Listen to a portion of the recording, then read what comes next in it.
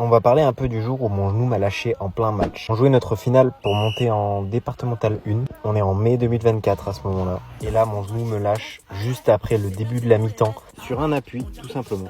De mon point de vue, j'ai vraiment senti mon genou se retourner complet. J'ai eu la vision et tout. Et puis après, impossible de me relever tout seul. Après ce traumatisme, j'étais à chaud, donc je ressentais pas vraiment la douleur. J'ai passé des échos et des radios sans aucune suite. Il y avait vraiment rien à signaler. Et en même temps, j'avais pris un rendez-vous pour faire une IRM, mais les IRM c'est extrêmement long pour les avoir.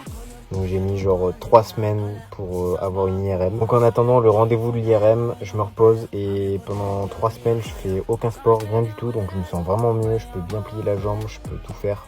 À ce moment-là, je me dis que je peux reprendre le sport sans problème. Je passe mon IRM, le lendemain je vais faire un 5. Sur ce 5, je me refais un traumatisme. Idem que le premier, sur un appui. Rebelote, je reprends rendez-vous pour une IRM et je remets 3 semaines à l'avoir. Sur ma première IRM, il était indiqué seulement le LCA.